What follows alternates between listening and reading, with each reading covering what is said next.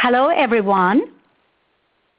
Welcome to the AbleNet webinar on community connections, building learner knowledge of self, community, and the world at large. As I have done previously, the webinar will focus on learners with significant learning needs, significant disabilities, communication, motor, and behavioral challenges. Again, I want to thank AbleNet for sponsoring this webinar, and they have done so previously, and I really appreciate their sponsoring this webinar as well. The focus today is on the learner's personal and social development, how they advance their academic skills while at the same time we strengthen their functional and life outcomes for learners with severe cognitive, communication, and motor challenges. In this webinar, there will be a crossover of multiple content areas from life skills to social studies, geography and history, to pre-vocational and personal living skills. In this webinar, you will increase your skills in planning hands-on and multi-sensory activities that will enable and empower learners to learn to generate facts about themselves so that they can self-advocate for themselves. We want our learners to be able to promote themselves. And at the same time, we want to improve the way others perceive them.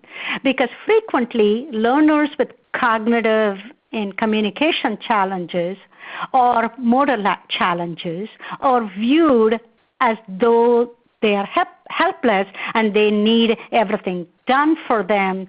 And instead of eliciting pity, we want them to be empowered. So that's kind of the reason for this personal and social focus. We want the learners to be able to identify the resources in the community so that as we are thinking, we are not only thinking of today, but as from 5 years from now or as they leave the school system, how can they identify the resources? And the other thing is recognize their membership as part of a community, that they are part of a city, state, and the world at large. I do want to mention at this stage that this webinar may take longer than 30 minutes, may go up to 45 minutes. I hope it will not inconvenience you. Thank you for your understanding. Those of you who have joined me before for the webinar, I'm sure you are aware of my multiple books, and particularly a lot of the material for this webinar session are taken from a book on severe and multiple disabilities published by LRP Publications, and the second edition came out in 2014. I also have a book on autism, and I have another book on significant disabilities, as well as para-educator training CD, and sometime in the future I'll be doing a couple of sessions on para-educator training because they are very much an integral part of serving students with significant learning needs. I don't know if any of you are going to be attending the conference, the 17th International Conference in Hawaii next week. It's going to focus on autism, intellectual disabilities, and developmental disabilities. I am delighted to say I will be presenting a couple of sessions at the conference. Hope I get to see some of you there. This shows a picture of some of the books that I have written, and several of them published by LRP Publications and a couple of others by other publishers. And this is a treasure chest of things that you can put together, or you can access it through the TFH USA. This is a treasure chest a toolkit with a variety of tools to use with learners with significant needs, and this is something that I have created. As we begin this webinar, besides understanding the learning objective, I think it is very, very important to personalize what we deliver to meet and match the needs of the learners. We are going to be looking at learners at different functioning levels. Some may be verbal and some may be using a voice output device to communicate their thoughts and ideas. Some may be using photos to communicate. Communication may be an issue. And some of them may have a grasp of cognitive concepts and concept knowledge, while others may be at the initial stages of gaining concept knowledge. And some with very severe and profound impairments, they may be experiencing difficulty in separating themselves from their environment, and we have to gradually build their attention, focus, and concentration. Some of the learners may demonstrate decreased attention span, and so it is extremely important as we design our activities that we have a lot of hands-on multisensory activities that will grab the students' learners' attention and will sustain that attention. And we gradually, through sustaining attention, we will build their memory skills and then increase their motivation for staying on task. And in addition, some of the students may be experiencing visual problems, auditory problems, and medical issues as well. And this is a framework that you may have seen previously in my webinars, but I would like to emphasize that again. First and foremost, we have to make sure that all learners have access to the materials and the activities that we are providing. So we have to adapt our activities according to the learner's cognitive strengths and communication needs and motor needs. At the same time, we have to make sure we provide an opportunity for all learners to respond through a variety of means. So when you go to the Universal Design for Learning website, you will find three important things: multiple ways to present the information, multiple ways for students to access that, and multiple ways for students to respond. Fortunately, the new law, Every Student Succeeds Act, that was recently passed by Congress, also includes reference to the emphasize the need to use universal design for learning for learners with disabilities. The next thing that you have to make sure your instructional framework, the essential, is if a student is not able to fully participate, we have to make sure they have the opportunity to participate at least partially. If they cannot complete the task entirely, could they maybe do one or two steps in the task and not be supported in those couple of tasks, 3 tasks or 4 tasks within the broad framework of tasks without an adult doing it for them. And as I mentioned before, we have to ensure that the delivery of instruction is highly engaging, interactive, using real-life events, real situations, a lot of role play, make-believe activities, and drama, so that it's engaging, but at the same time, it quickly motivates and relates to the learner because of the variety of senses that it appeals to. And then, of course, technology. Fortunately, technology can greatly benefit a learner with special needs, and both mainstream technology and assistive technology. And throughout this webinar, I am including references to how you can combine that activity. Technology not for technology's sake, but technology to enhance that instructional activity that you are providing your students. And then one of the most important things for me is making sure that the activities are age relevant and age meaningful and age appropriate, so that a high school student is not working on a preschool activity. As I mentioned before, we have to make sure that the activities ensure accessibility, and we have to adjust the task complexity level to match the needs of the student. Some tasks, and for some students, may have to be at a low complexity level. So that I will give you an example. For example, if it is a writing activity, some students may be able to fill in sentences given a word bank or a sentence bank of sentences they can choose from. They may have the first starter sentence and some of the other sentences to write a paragraph about something they can draw from this bank. Some other students may complete sentences with pulling out a word from a word bank. So they may have the sentences written for them, but they are given a choice of words to complete that sentence. Others may make a choice between two words and complete one sentence. So you are adjusting the task complexity level to match the needs of the student. And it's also extremely important that we have a clear vision of where we want to go with that student. And again, this vision and your objective will vary depending on the student's functioning level, and we personalize it. And we provide student-specific adaptations like the one that I demonstrated. And again, depending on the technology that you are using, you match it to the student's level. You may not use a 64-icon assisted technology for a student who is at the stage of making choices. So you would use something as simple as an eye-tactile communicator, which gives them a choice, and later on you will see a photo of that.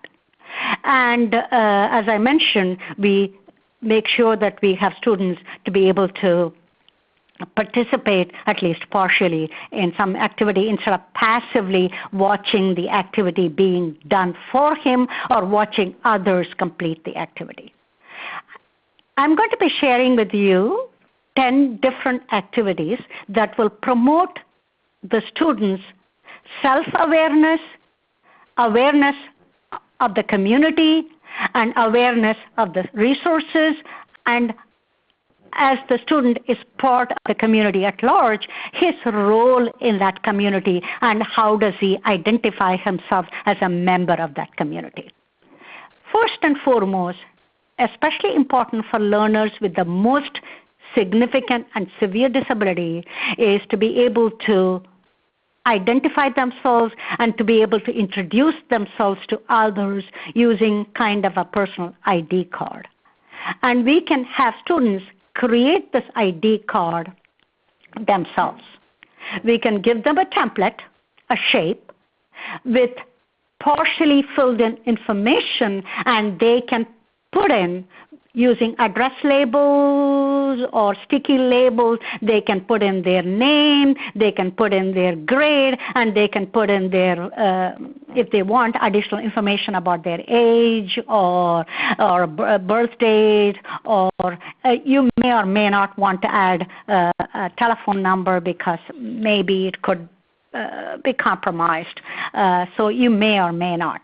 But it is helpful for a student to be able to point to that ID card if somebody asks and the student is not able to verbally communicate his name. He should be able to point to it, eye gaze to it, or touch it so that the student is not being told or addressed by someone saying, oh, he is Brian, oh, he or she is Susie. Instead, the student can himself point to his name using the ID card. And you can also combine it with a PowerPoint, which the next slide, next activity will show. And at the same time, you can also have a Big Mac where programmed with the student's name, or you can use the talking bricks with just my name is, and with the student's name, and the student can press the device to introduce himself to, in combination with the ID card. The next one is an attendance activity. This is for the student to introduce himself, but also introduce others, but really the purpose is presence or absence of the student. Here, the students themselves can create a PowerPoint presentation inserting a photo of themselves, and my name is Brian and the last name, and my name is Susie and the last name. I am here or I am not here. Of course, they cannot say when they are not there, so they can say I am here, and they can take turns presenting the PowerPoint presentation to the class. So each day one student takes a turn, and then one student in the class is recording who is present and who is not present, and this way the attendance activity is not a teacher activity, it is as much a student activity. The reason for that is this way they will learn who are their peers, what are their names, and then they will get to see their photos on the PowerPoint presentation, and in addition the students will create the PowerPoint presentation. Another addition to this activity is the student, as they get familiar with this, simply just their name and their photo, and they are there, you can add one thing, oh, I am looking forward to, or I am going to have music today, or I am going to have PE today, or I am going to have cooking today, some kind of an activity that they enjoy. They can mention that, add that, and that could increase their knowledge of what they are doing that day. So that kind of connecting it with their schedule. And you can also connect it to the two assistive technology devices that you see. One is a Super Talker, and from that they can choose one of the activities that's their favorite for that day. And you can also connect it to an attendance display chart if you want, and that can also have student photos and names. And the student photos, you can get it every year. They take school photos, and you can attach it to that, and next to that you can pair it with their name, and students get to learn the names of their peers. And so they are a member of that classroom, and they know their peers. This one is for the student. This is activity number 3. They create a timeline, but it's a story, a timeline of events in their life, so they create a personal life story. So you give them a kind of a template. It doesn't have to be necessarily only 4 events, but at the beginning it may be simpler to have just 4 events, and as they gain awareness of how to do the activity, you can add more squares to this template, and they can add additional events. You can use the same format for creating a kind of a biography about, let's say, I know Martin Luther King Day is coming up. They can use the same kind of template to create a story of Martin Luther King's achievements or his life story. You can provide pre-printed labels that will be an adaptation with some of the events, and their students have to place them in order.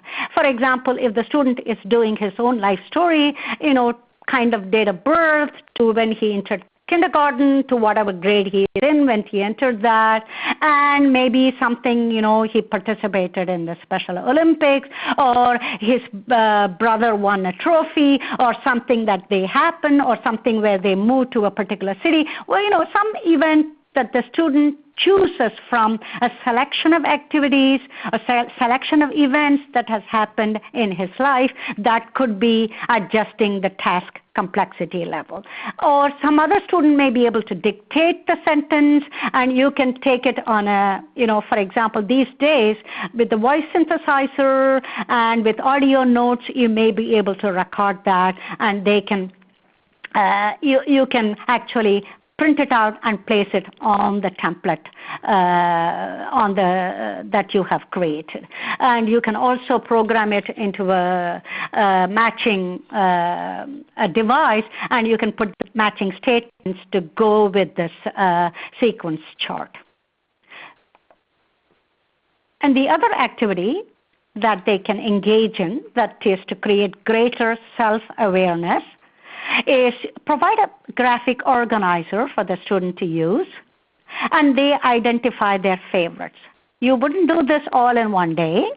You begin with maybe a couple of things attached to that central My Favorites, central circle, and for a student who can communicate his favorites, he or she verbally dictates it or actually writes it into the template that you have given.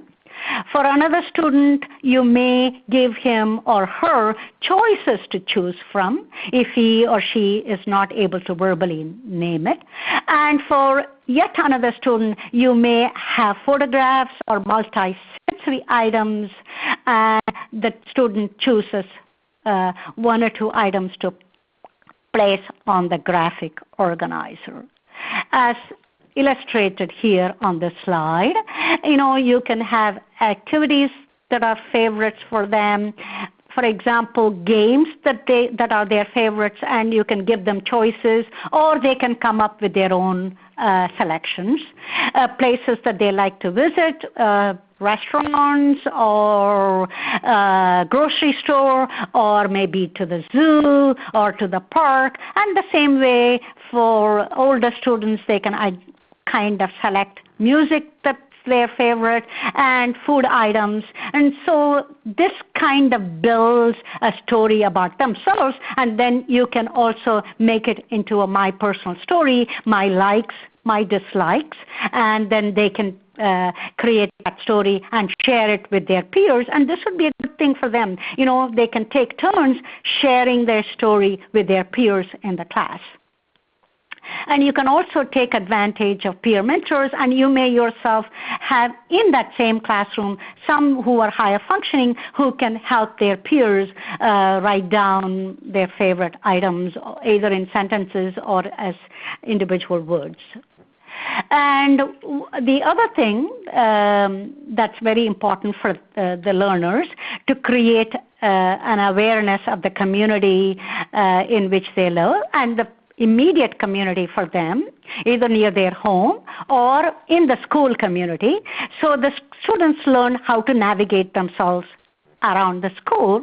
So you kind of identify specific locations within the school. They may or may not need some peer support in that. And they may begin with 2 or 3 locations, maybe the office, maybe the nurse's station, the restroom or the playground, and then they can add a school map to that, and they can use either tactile shapes onto that map to put on their locations, like the nurse's station is in comparison to their classroom. Is it to the right or is it to the left? Is it to the north? You can combine it with a map and a direction map. And this way they will understand not only how to locate these places, they will also gain rudimentary knowledge of directions and how to find different locations, maybe beginning initially with left and right and then proceeding to north, south, east, and west. And then you can also combine it with using an assistive technology device so that when the peer mentor or a para-educator is taking them to a specific location, they can direct them by pointing to the direction and pressing on the device, so that way they get empowered and they play a role in directing the adult where to go. And the next one is conducting interviews. And this way they will connect with the others in the school so that our students with significant needs are thought of as capable of communicating, not necessarily with words, but communicating in a different ways, and some are going to be communicating using words also, so that they are respected and they are perceived as students who are capable of conducting the interview and communicating with others, and their thought process will also improve as a result of conducting these interviews. And of course these have to be pre-arranged with the staff so that they are expecting it. And so this would be a way they get acquainted with the staff, and they could interview the school secretary, they could interview the school nurse, they could interview the school principal and find out about their jobs and about what they like about their job, or what is it something about that's their favorite about the school, and what do they do for their leisure or fun activity. It can be made very simple with a few questions, or it can be made more elaborate as long as it is not overwhelming and too complex for the student to handle. But you want the student to be able to connect with the others and not just be a student who is resident most of the time in that self-contained classroom. So you want exposure to the school community, and you also want to connect them to the school community. And you can also have some of the questions pre-recorded on a step-by-step communicator, and they can either use peers to help them, or they can themselves operate that assistive technology device and ask the questions, and maybe the peer mentor can help record the responses. Or these days there is also the audio notes. There are some questions about the audio notes, but that's one possibility for using taking the notes. The other thing, you do want your student to be aware of the community resources that are available, so that as they get involved with the CBI trips, they are already familiar with some of the resources in their community, so that they can make the connection between where they are going and the resources available in the community, which is what prepares them for their future life when they exit from the school.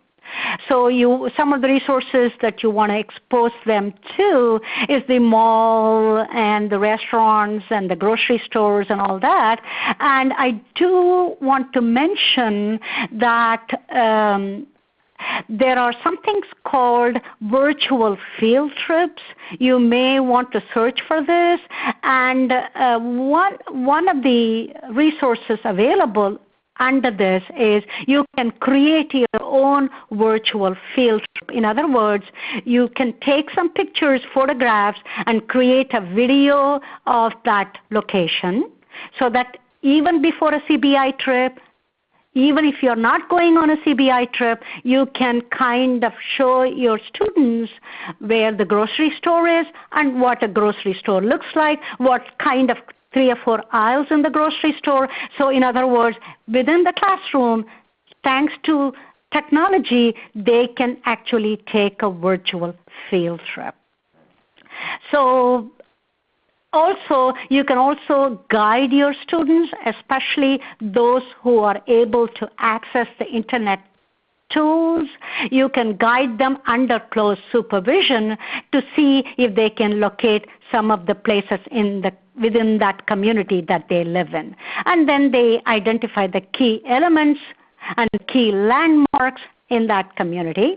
And one of the things that will help them motivate them and will also help them to remember doing some role play activities, as though they are going to the community and they are asking for some assistance in finding a particular aisle in a grocery store, or how do you ask for some help when they go to the library, or if they are going to a fast food restaurant, where do they have to pay the money, or where do they have to stand in line. If they need help, how do they ask for that? You can role play these situations, which will help them remember.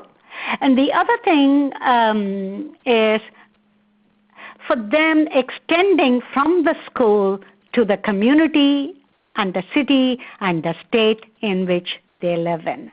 So you connect it with history and the geography, so that you are also bringing in the academic standards from connecting it with what they are learning about themselves, and they're increasing their awareness about themselves.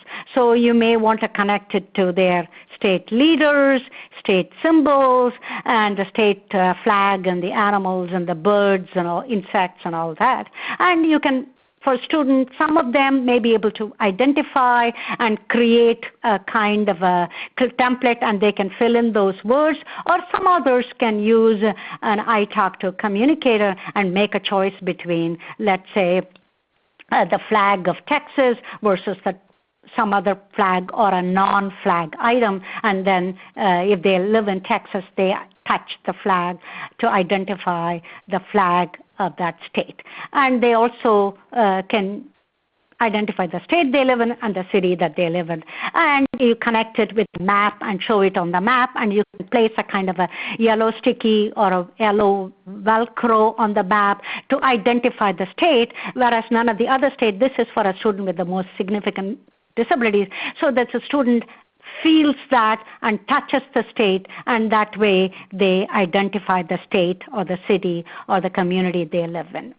And then one of the other things you want to extend beyond the map is connect it with a globe and the world at large, and that they are members of the world at large, and how a globe looks like, how it shows all the different countries and the country they themselves live in, the United States, and then extend it to north and south and identify a country to the north, identify a country to the south, and then you can place stickies or Velcro on that globe, and they identify north going up and going south, and then you can combine it with a direction, with the directions help.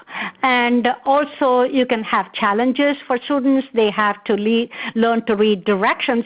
In order to go to the let's say Africa, how do you turn this globe, and where would you go from the United States? Would you travel west or would you travel east?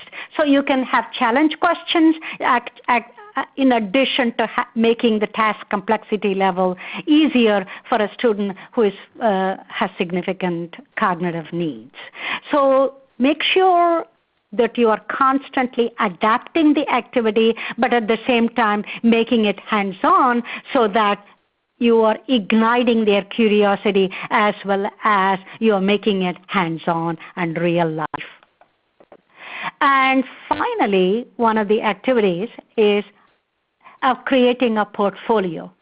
This can be used in a variety of ways. It is, again, a project, not something that's done in one single classroom session.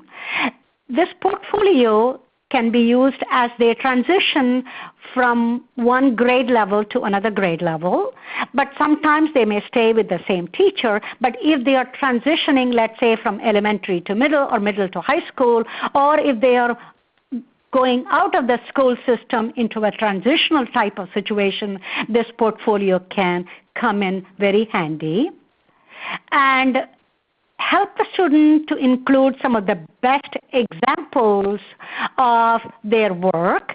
And you want to make sure that this portfolio includes input from their family as well as the educational team members. And one of the things, adaptation that you may want to use is to create a template for them. And for different pages of the template, you will have different types of information. Like, for example, in one of the pages, you may have anecdotal narratives from different professionals or the family members. And you may have a page with all the favorite activities the student identifies. You may have another page with what are some things that are his best gifts. My best gifts are I know how to communicate using assistive technology. And you may have photographs and clip arts added to that to enhance this portfolio. You could also have video clips of the student performing various tasks, especially when the student is moving from middle school to high school or elementary to middle school. These video clips will help the receiving teacher or the receiving staff to know more about what the student is capable of and to be able to advance that student to the next level.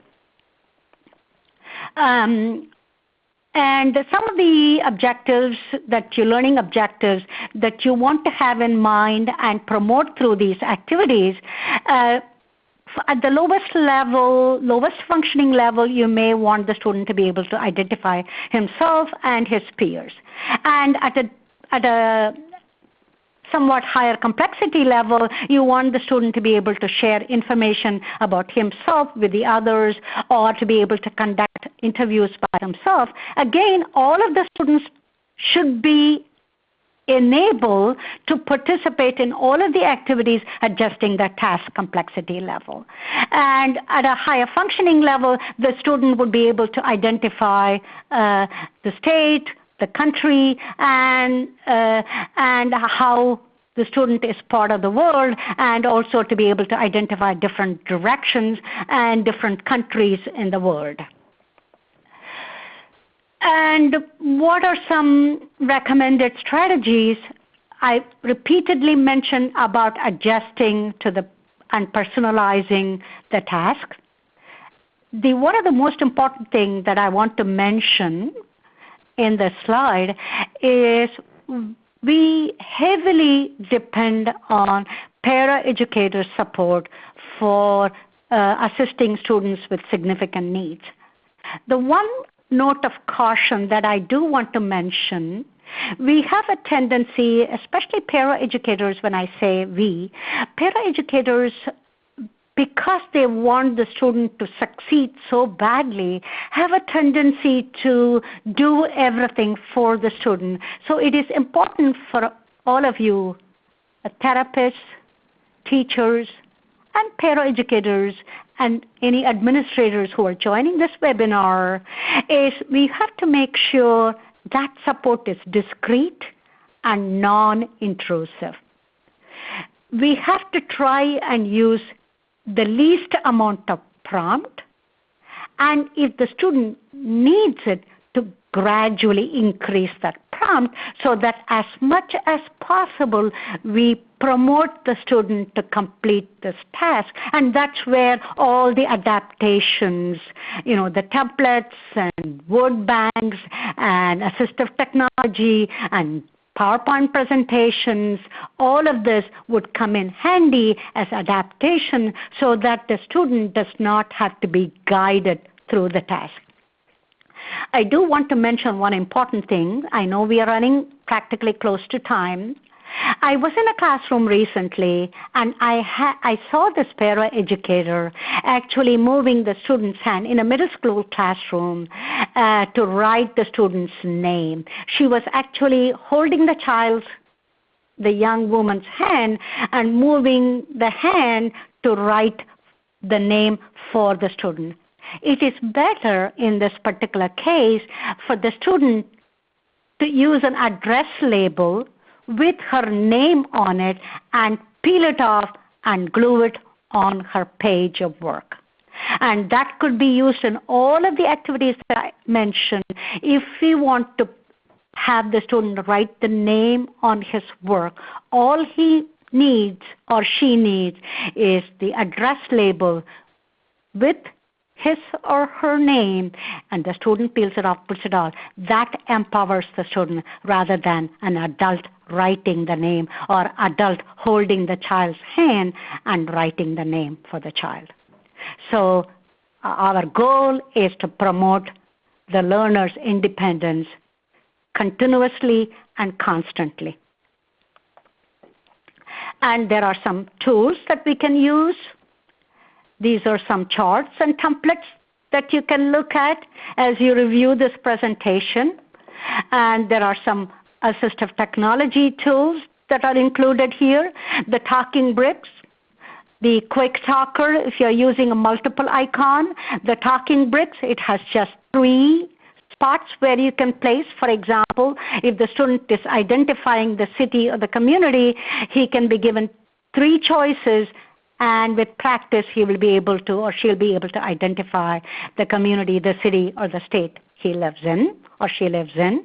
Or you can use step-by-step with levels for conducting the interview, and I talk to a communicator for making choices, and the super talker can be used for group activities. And so finally, one of the things we achieve by increasing that personal and social awareness is we help the student to gain greater self-confidence, and at the same time we help him build his self-image so that we influence positively the perception of others, of our student with significant need. And so the student has an opportunity how to greet others, and we also want to make sure the appearance of the student is always pleasing. And we work closely with the family to ensure that the student is well groomed and sharp in appearance, so that improves the perception others have of our target student. And we enable the student to earn respect by creating adaptation, as I mentioned in the example of the address label, so that others don't think the student is always dependent on others for everything. A lot of resources are mentioned in these next 2 slides. And a couple of things I want to add. We have a couple of minutes. One of the helpful resources that AbleNet offers, it's called Mevo to Wevo. It's an excellent resource. I myself have it. And currently, AbleNet will loan it to school districts. And it has a variety of activities that focuses on the family and myself. In other words, to increase self-awareness. And this will be a helpful tool. In addition, AT in Action is a series of videos that you may want to check out. And then the other thing that I mentioned is the virtual field trips. And I think Utah Education has also a way for you. If you go to their website, you will find a way to create your own virtual field trips. You can also create it using really a smartphone which has the video technology these days. Anyway, thank you very much for your patience. I know we went beyond the 30 minutes. I really appreciate AbleNet for sponsoring this webinar. Have a great day. And the next webinar, which focuses on preschool children with autism spectrum disorders and how to create personalized behavior supports. It's on April 20th, and I look forward to all of you joining us for that webinar. Thank you again. And if you have any chat questions, let me know. Thanks. Bye.